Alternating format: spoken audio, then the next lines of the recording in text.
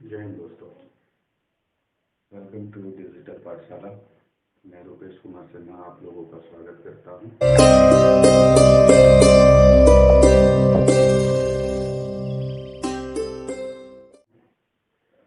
आज के वीडियो में हम लोग देखेंगे महाजनपद के बारे में।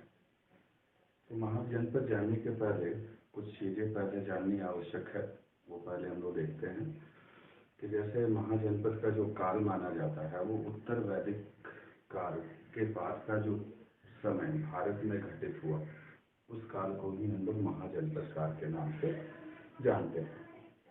महाजनपद काल को द्वितीय नगरीकरण भी कहा जाता है, क्योंकि प्रथम नगरीकरण का काल जो भारत में रहा है वो हड़प्पा संस्कृति का काल रहा है। हड़प्पा संस्कृति के काल के बाद भारत में वैदिक संस्कृति प्रारंभ हुआ, जो एक ग्रामीण सभ्यता मानी जाती है, और उत्तर वैदिक काल के बाद महाजनपदों का विकास होना प्रारंभ हुआ था। तो महाजनपद को समझने के पहले थोड़ा वैदिक काल और उत्तर वैदिक काल के प्रशासनिक विभाजनों को पहले हम लोग समझते हैं। उसके बाद ये जो टर्म है महाजनपद, ये समझ में आएगा कि इसका अर्थ क्या होता है। तो अगर हम लोग वैदिक काल में प्रशासनिक विभाजन देखते हैं तो वो कुछ इस प्रकार का था।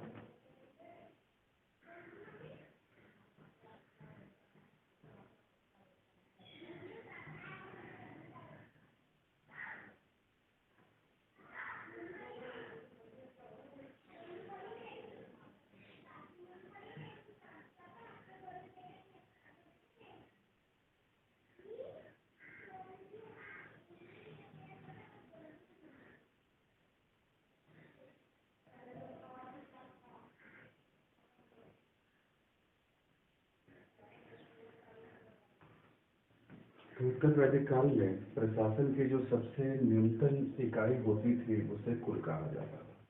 कुल एक तरह से आप समझ सकते हैं परिवारों के जो समूह होते हैं उसे कुल कहा जाता था। इसी तरह कुछ कुल को मिलाकर ग्राम का निर्माण होता था। ग्राम को मिलाकर विश्व बनते थे, और विश्व के ऊपर यानी विश्व को मिलाकर जन का निर्माण होता था, जो प्रशासन का सर्वोच्च इकाई माना जाता है। कुल के जो प्रधान होते थे उसे कुलपति कहा जाता था। ग्राम के प्रधान को ग्रामपति कहा जाता था। विश्व के प्रधान को विश्वपति कहा जाता था, जबकि जन के प्रधान को राजन कहा जाता था। तो जो वैदिक संस्कृति है उसे हम लोग दो भागों में बांटकर पढ़ते हैं, वैदिक सभ्यता और उत्तर वैदिक सभ्यता। तो वैदिक सभ्यता का जो काल रहा था वो सामान्यतः पशुपालक समाज हुआ करता था, लेकिन उत्तर वैदिक काल में आगे चलकर जो अर्थव्यवस्था थी वो कृषि प्रधान अर्थव्यवस्था हो गई। तो आरंभ में जो लड़ाइयाँ गाय को प्राप्त करने के लिए वैदिक काल में होती थी, उत्तर वैदिक काल में यही चीज बदलकर अब जिसके पास जितनी भूमि होती थी उसके आधार पर उस क्षेत्र को सबसे ज्यादा समृद्ध माना जाता था। इसलिए जो युद्ध होने लगे वो भूमि के लिए होने लगे, जिसका तात्पर्य ये निकला कि जन और जन के बीच में लड़ाइयाँ होने लगी, और दो जन आपस में मिलकर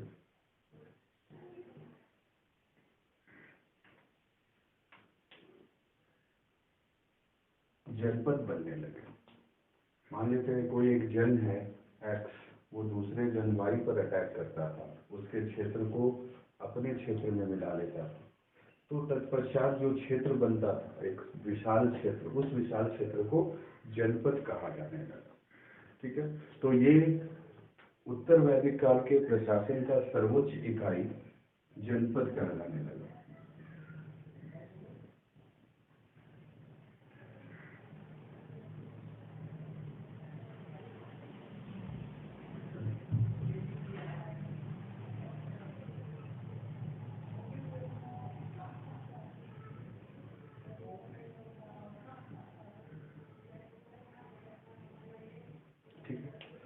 आगे चलकर चीजों में बदलाव होता है उत्तर वैदिक काल में।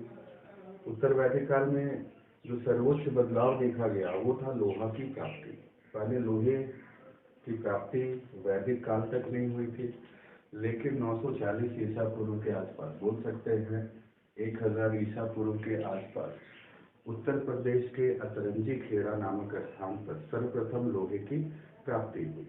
इस लोहे की प्राप्ति से एक क्रांतिकारी परिवर्तन भारत के सामाजिक, आर्थिक और राजनीतिक जीवन पर देखे गए, जिसका परिणाम स्वरूप क्या हुआ कि जन और जनपद जो थे, जो उत्तर वैदिक काल की सर्वोच्च इकाई थी, आगे चलकर जनपद और जनपद के बीच में युद्ध होना प्रारंभ हुआ, और जिसके तत्पश्चात जो प्रशासन की सर्वोच्च इकाई बनी, उसे हम लोग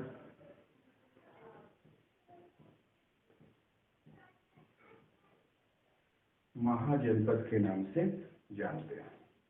ठीक है, तो उम्मीद है आप लोगों को समझ में आया होगा कि वैदिक काल की जो प्रशासन की सर्वोच्च इकाई थी वो जन थी, लेकिन कालांतर में जन और जन आपस में मिलकर जनपद का निर्माण करने लगे, और यही कालांतर में चलकर जनपद और जनपद आपस में मिलकर महाजनपद का निर्माण करना प्रारंभ किया। और महाजनपद का सर्वोच्च इकाई को ही हम लोग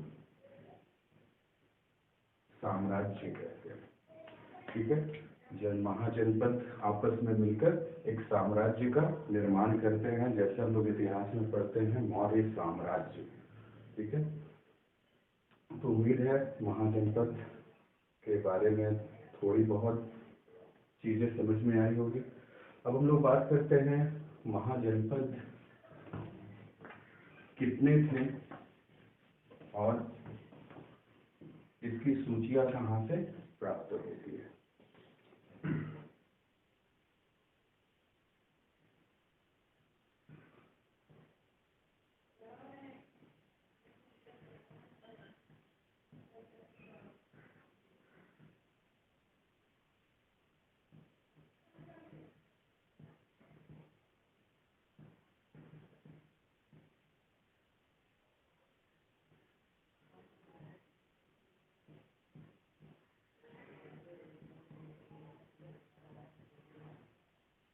महाजनपदों के स्रोत के रूप में हम लोग दो साहित्यों को देखते हैं। एक साहित्य का नाम अंगूत्र निकाय है और दूसरे साहित्य का नाम भगवती सूत्र है। अंगूत्र निकाय जो है ये बौद्ध साहित्य है, जबकि भगवती सूत्र जैन साहित्य है। तो इन दोनों साहित्यों में महाजनपदों की सूची मिलती है, लेकिन इन दोनों की सूचियां कहीं कहीं पे थोड़ी सी अंतर दोनों में देखी गई है, लेकिन फिर भी एग्जाम के पॉइंट ऑफ व्यू से हम लोग देखते हैं तो ये मोस्ट इम्पॉर्टेंट क्वेश्चन बनता है कि महाजनपदों की सूची का स्रोत किसे माना जाता है।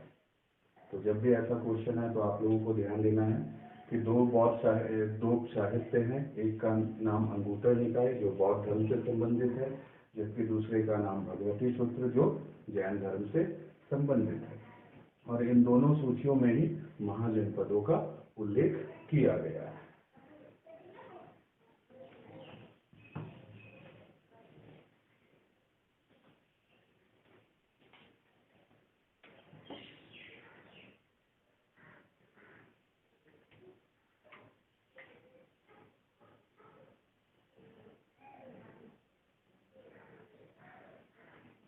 चलिए, तो महाजनपदों की कुल संख्या 16 है। जिसे हम लोग ड्राफ्ट करके देखते हैं, जिससे याद करना आसान हो जाएगा। तो महाजनपदों को हम लोग दो भागों में बांट सकते हैं। ठीक है,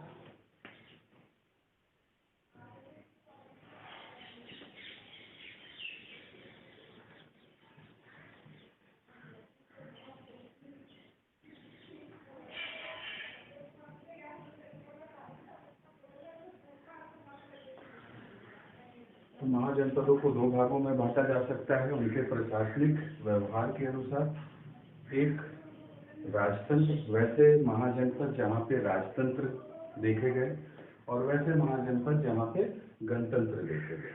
तो राजतंत्र का अर्थ होता है कि जहाँ का प्रशासन किसी शासक के हाथों में निहित हो, उसे हम लोग राजतंत्र कहते हैं। जबकि गणतंत्र वैसा क्षेत्र होता है जहाँ पर गण यानी कि समूहों के द्वारा राजा का चुनाव होता है और महत्वपूर्ण विषयों पर गणों के सलाह पर ही अन्य कार्य किए जाते हैं। ठीक है। तो महाजनपद में अगर हम लोग देखते हैं 16 महाजनपद में, तो ये दोनों तरह की व्यवहार व्यवस्था वहां पर देखी गई है। कुछ में राजतंत्र है, कुछ में गणतंत्र है। तो वैसे महाजनपद जिसमें राजतंत्र देखे गए उसकी कुल संख्या 14 है।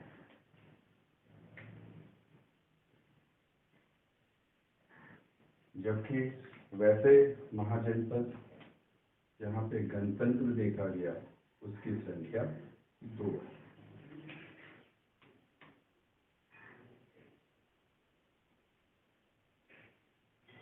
ठीक है। 14 महाजनपदों में राजतंत्र, जबकि 2 महाजनपदों में गणतंत्र व्यवस्था कायम थी। तो ऑब्वियस है कि ये थोड़ा इम्पोर्टेंट हो जाता है, ऐसे 2 महाजनपद थे जिसमें गणतंत्र व्यवस्था देखी गई है। तो चलिए उसका नाम देखते हैं हम लोग।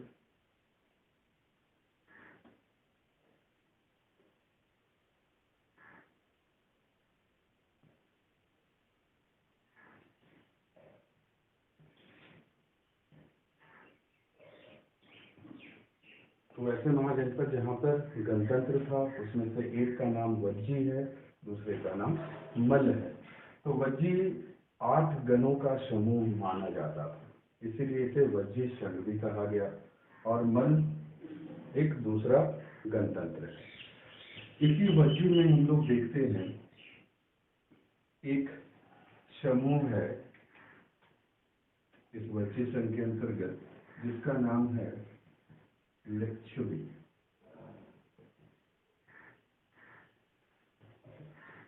वज्जी संघ के अंतर्गत लिच्छवी नाम का भी एक गण आता है जो काफी शक्तिशाली गण में से एक था। और इसकी सर्वप्रमुख विशेषता है कि विश्व में सबसे पहले गणतंत्र यहीं पे था।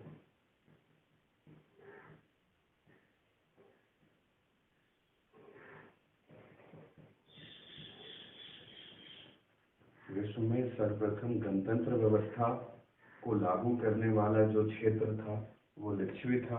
और लिच्छवी किसके अंतर्गत आता था? वज्जी महाजनपद के अंतर्गत। और वज्जी जो संघ थे इसमें कुल गणों की संख्या कितनी थी? 8 थी। तो अब हम लोग देखते हैं ये 16 महाजनपदों के नाम और उनके क्षेत्रों के बारे में। ठीक है।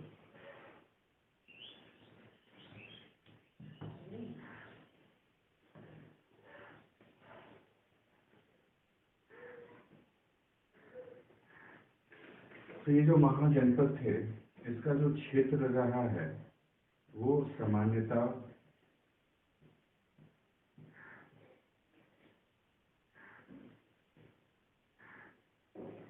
गंगा और यमुना नदी के क्षेत्र के बीच में अधिकांशतः महाजनपद स्थित थे।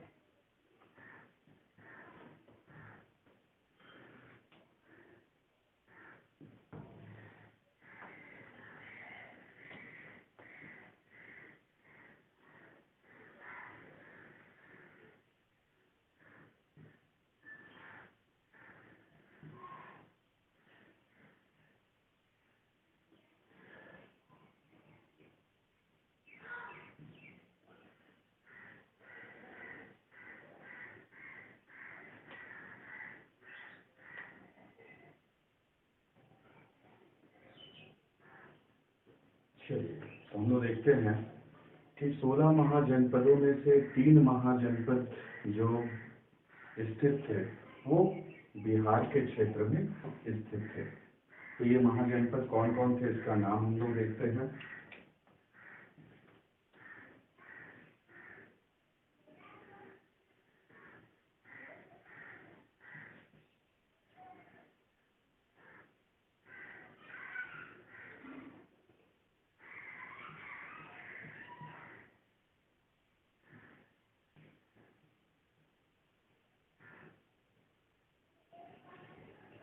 तो बिहार में स्थित महाजनपदों का नाम मगध, अंग और वज्जी।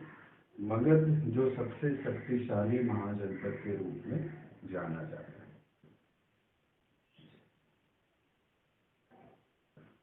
ठीक है। कालांतर में मगध महाजनपद ने अन्य महाजनपदों के ऊपर विजय प्राप्त करके एक बहुत बड़े क्षेत्र को अपने अधिकार में ले लिया और एक साम्राज्य की स्थापना मगध के द्वारा की गई। मगध की जो राजधानी थी वो राजधानी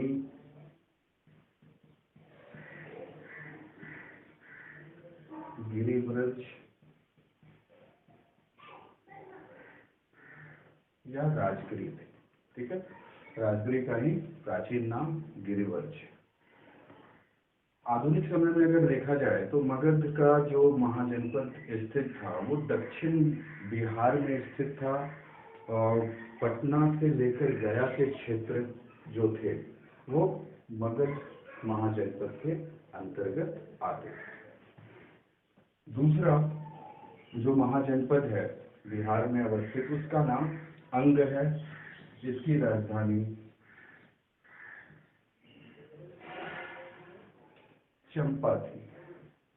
अंग की राजधानी चंपा थी और वर्तमान में अगर हम लोग देखते हैं तो ये जो अंग महाजनपद है ये भागलपुर का जो क्षेत्र था वहाँ पर ही ये अपना शासन व्यवस्था लागू किए हुए थे। और जैसे महाभारत में भी इस क्षेत्र का जिक्र मिलता है अंग का, क्योंकि आप लोगों ने सुना होगा जो कर्ण थे वो अंग देश के राजा थे, ठीक है, इसलिए उन्हें अंग नरेश भी कहा जाता था। तीसरा जो महाजनपद बिहार में अवस्थित है था उसका नाम वज्जी और इसकी राजधानी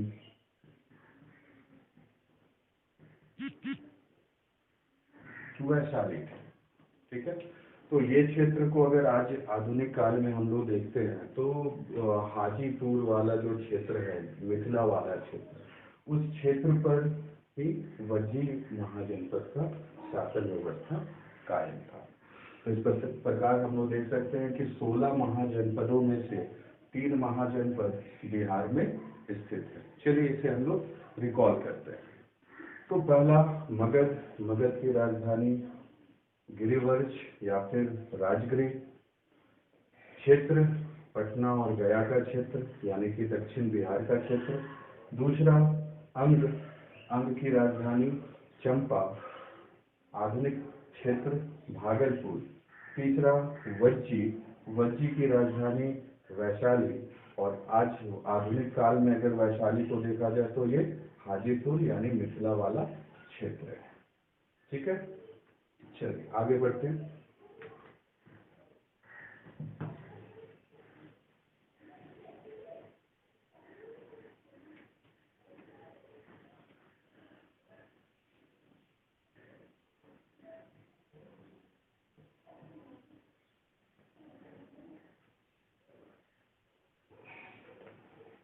इसी प्रकार उत्तर प्रदेश में 8 महाजनपद स्थित थे।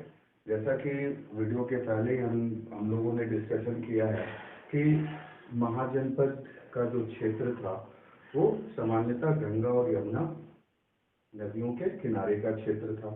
तो हम लोग जानते हैं कि यूपी और बिहार में गंगा नदी का क्षेत्र माना जाता है, यूपी में यमुना का भी क्षेत्र माना जाता है, इसीलिए उत्तर प्रदेश में सर्वाधिक महाजनपद स्थित थे।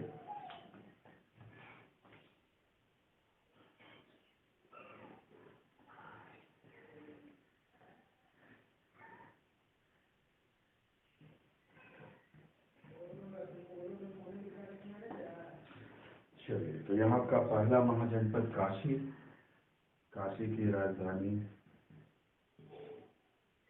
वाराणसी।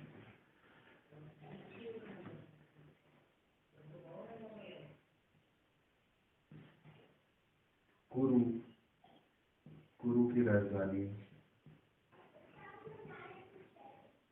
इंद्रप्रस्थ।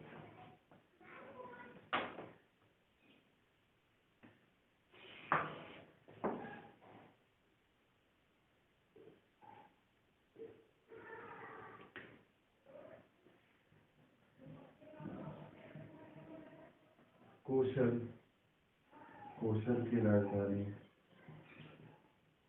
श्रावस्ती या साकेत। तो कुरुक्षेत्र को हम लोग देखते हैं, इसकी राजधानी इंद्रप्रस्थ, इंद्रप्रस्थ जो है आधुनिक समय में देखा जाए तो दिल्ली का जो क्षेत्र था वो प्राचीन काल में इंद्रप्रस्थ के नाम से जाना जाता था। इसी तरह जो कोशल का क्षेत्र है, ये फैजाबाद वाला क्षेत्र है, अयोध्या का क्षेत्र। और हम लोग जानते हैं अयोध्या में एक नदी प्रवाहित होती है जिसका नाम है सरयू नदी। तो सरयू नदी कोशल को दो भागों में बांटती थी, उत्तरी और दक्षिणी। एक का राजधानी श्रावस्ती था, दूसरे का राजधानी साकेत था।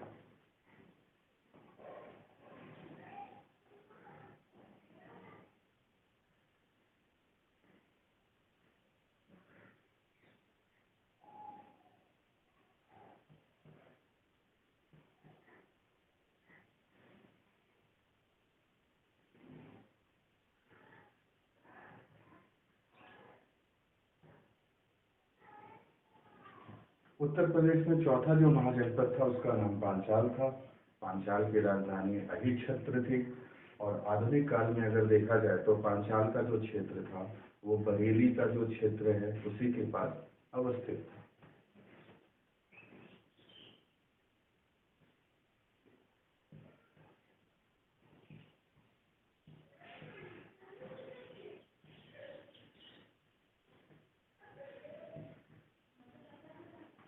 सुरसेनी, सुरसेनी की राजधानी मथुरा थी। और मथुरा में नंद वंश, आपका नंदों का शासन था, यानी बोल सकते हैं यदुवंशियों का शासन। और श्री कृष्ण का लालन पालन भी इसी क्षेत्र में हुआ था, जबकि उनके मामा काशी नरेश कंस थे।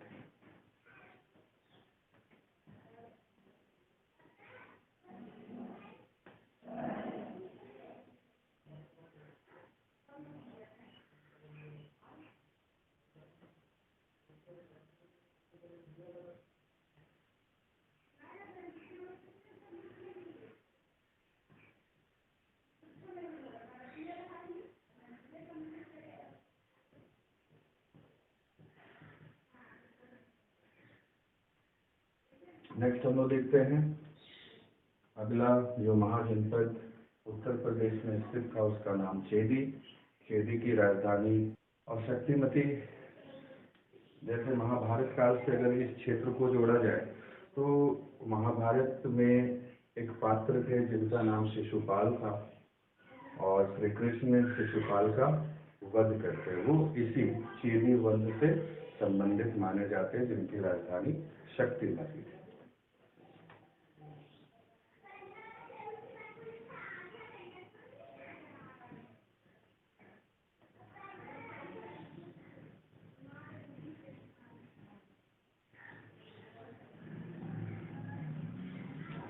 नेक्स्ट हम लोग देखते हैं अगला जो क्षेत्र था उत्तर प्रदेश के अंतर्गत जो महाजनपद अवस्थित थे उसका नाम वत्स था, जिसके राजधानी कौशाम्बी थी। कौशाम्बी को आज के क्षेत्र में अगर हम लोग देखें तो ये जो क्षेत्र है ये प्रयागराज का क्षेत्र है, प्रयाग का क्षेत्र है। प्रयाग जिसे इलाहाबाद के नाम से भी जाना जाता था, उसी क्षेत्र पर वत्स का क्षेत्र अवस्थित था।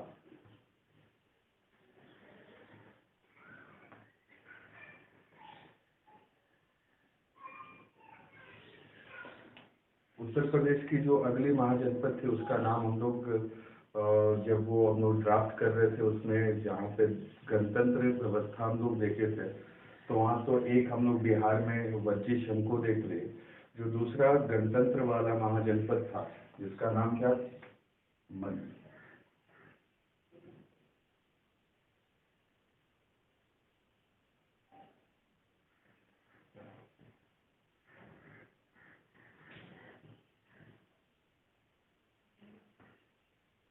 ठीक है। और मल की राजधानी कहाँ, कुशीनगर। ये जो क्षेत्र है ये उत्तर प्रदेश के देवरिया का जो क्षेत्र आज के आधुनिक काल में देखते हैं वो कभी मल्लों का शासन क्षेत्र माना जाता था। तो इस प्रकार से हम लोग देख सकते हैं कि उत्तर प्रदेश में 8 महाजनपद स्थित थे। काशी, काशी की राजधानी वाराणसी, यहाँ के प्रमुख शासक देखा जाए तो कंस, जिसे बनारस सिद्धू भी कहा जाता है, अर्थात बनारस का विजेता। कुरु, कुरु की राजधानी इंद्रप्रस्थ, इंद्रप्रदेश का आधुनिक अगर क्षेत्र देखें तो दिल्ली, और महाभारत का जो साहित्य है, जो काव्य है, महाकाव्य है, उसका केंद्र बिंदु का क्षेत्र। अगला कौशल, कौशल की राजधानी श्रावस्ती, और साकेत, क्योंकि सरयू नदी से 2 भागों में बांटती है, सरयू नदी के द्वारा बांटे गए क्षेत्र को श्रावस्ती और साकेत के रूप में जाना गया। पांचाल, पांचाल की राजधानी अहिच्छत्र, सुरसेनी, सुरसेनी की राजधानी मथुरा, चेदी, चेदी की राजधानी शक्तिमती, और यहीं के शासक कौन? शिशुपाल। वत्स, वत्स की राजधानी कौशाम्बी, आज के देश में हम लोग देखते हैं तो ये प्रयाग का क्षेत्र है, इलाहाबाद का क्षेत्र है। लास्ट मल, मल की राजधानी कुशीनगर। तो इस प्रकार से हम लोग देखते हैं कि 16 महाजनपदों में से 11 महाजनपद आप लोगों को अच्छी तरह से याद हो गए होंगे। 3 बिहार में और उत्तर प्रदेश में, बाकी बचे 5 को भी हम लोग देखते हैं।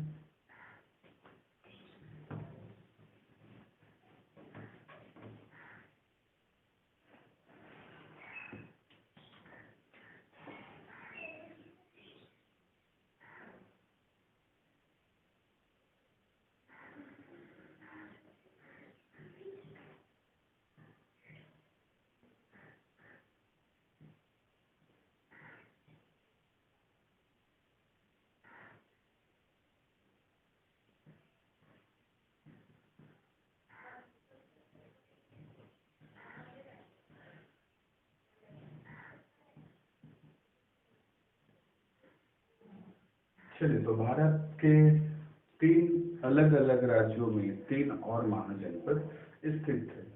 पहला महाजनपद अवंती, अवंती की राजधानी उज्जैन या माहिष्मती। बाहुबली मूवी में बहुत बार इस नाम को आप लोगों ने सुना होगा।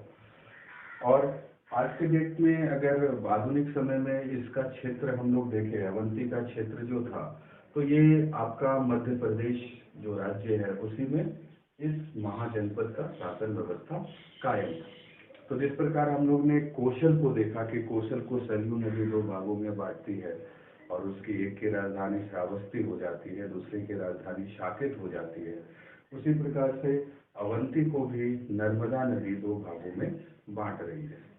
इसका एक भाग का राजधानी उज्जैन है, जबकि दूसरे भाग की राजधानी माहिष्मती है।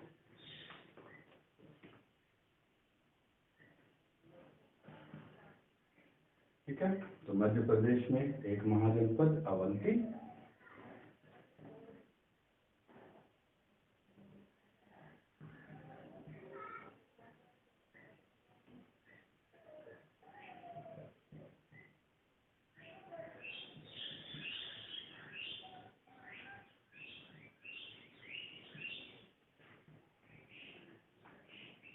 इसी प्रकार हम लोग देखते हैं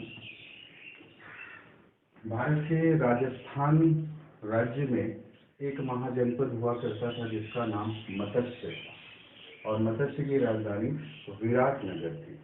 तो ये क्षेत्र को भी महाभारत काल से हम लोग देख सकते हैं कि जब युधिष्ठिर और दुर्योधन के बीच में वो जुए का खेल होता है और अपना सर्वस्व युधिष्ठिर लौटा हार जाते हैं, तो दंड स्वरूप उन्हें वनवास और अज्ञातवास की सजा दी जाती है। तो वनवास का जब अवधि समाप्त होता है तो 1 वर्षों के लिए अज्ञातवास में पांडवों को रहना पड़ता है। ठीक है, तो पांडवों का जो अज्ञातवास का अधिकांश समय जो गुजरा था वो इसी क्षेत्र में व्यतीत हुआ था।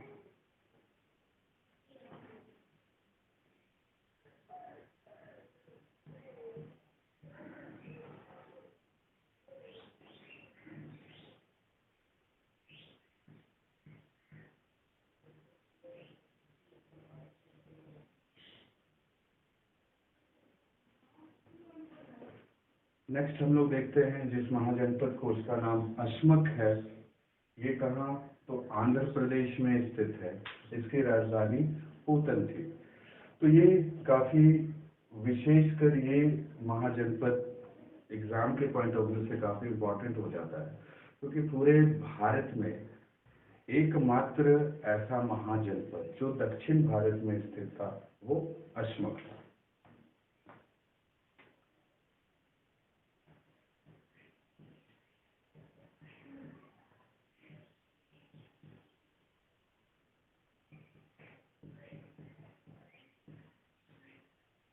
ठीक है, तो अशमक की सबसे प्रमुख विशेषता क्या है कि दक्षिण भारत में स्थित एकमात्र महाजनपद जिसका नाम क्या?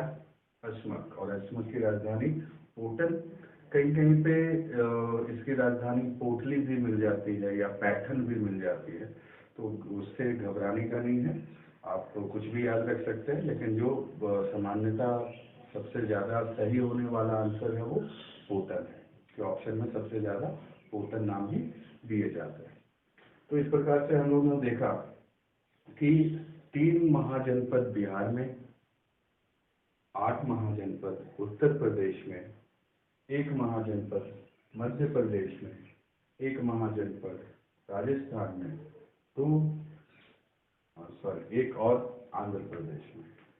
तो 3 + 8 + 3 14 महाजनपद आप लोगों के कंप्लीट हो गए।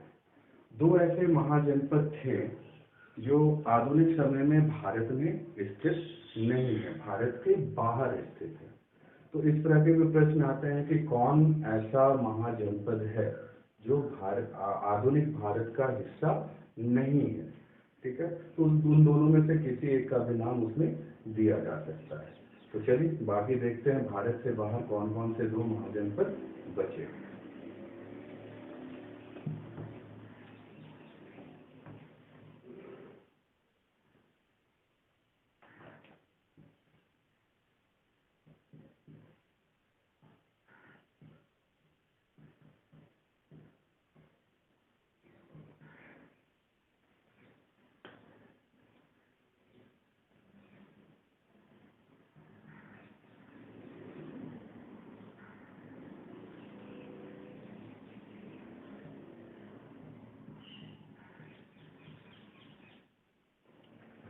तो भारत के बाहर स्थित जो महाजनपद था उसका नाम गांधार।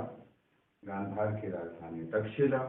और तक्षशिला को आप लोग बखूबी जानते होंगे कि ये विश्व का सबसे प्राचीन विश्वविद्यालय की स्थापना तक्षशिला में ही हुई थी, जिसका नाम तक्षशिला विश्वविद्यालय था। और यहीं के एक अध्यापक चाणक्य ने आगे चलकर मौर्य साम्राज्य की नींव में सबसे प्रमुख कार्य सिद्ध किया था।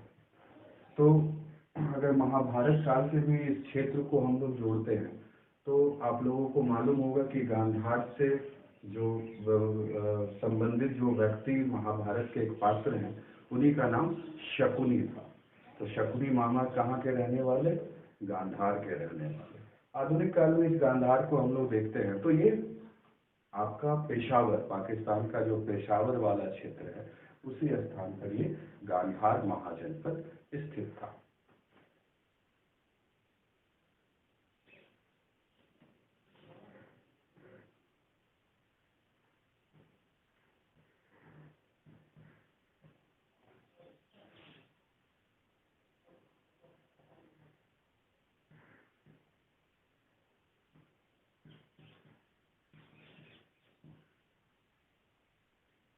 भारत के बाहर स्थित दूसरा महाजनपद जो था वो कम्बोज। कम्बोज की राजधानी हाटक या राजपुर थी। इसका क्षेत्र अगर हम लोग देखते हैं तो भारत और अफगानिस्तान के बीच का क्षेत्र जो था, जो भी वर्तमान में अफगानिस्तान के अंतर्गत आता है, उस क्षेत्र को ही कम्बोज कहा जा सकता है। आप ऐसे समझ सकते हैं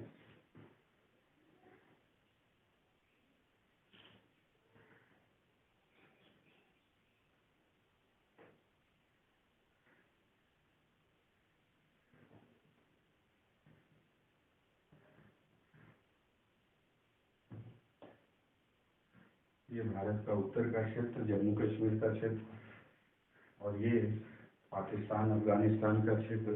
तो ये जो दोनों महाजनपद स्थित थे, एक यहाँ पे और एक यहाँ पे, ये गांधार और ये कम्बोज।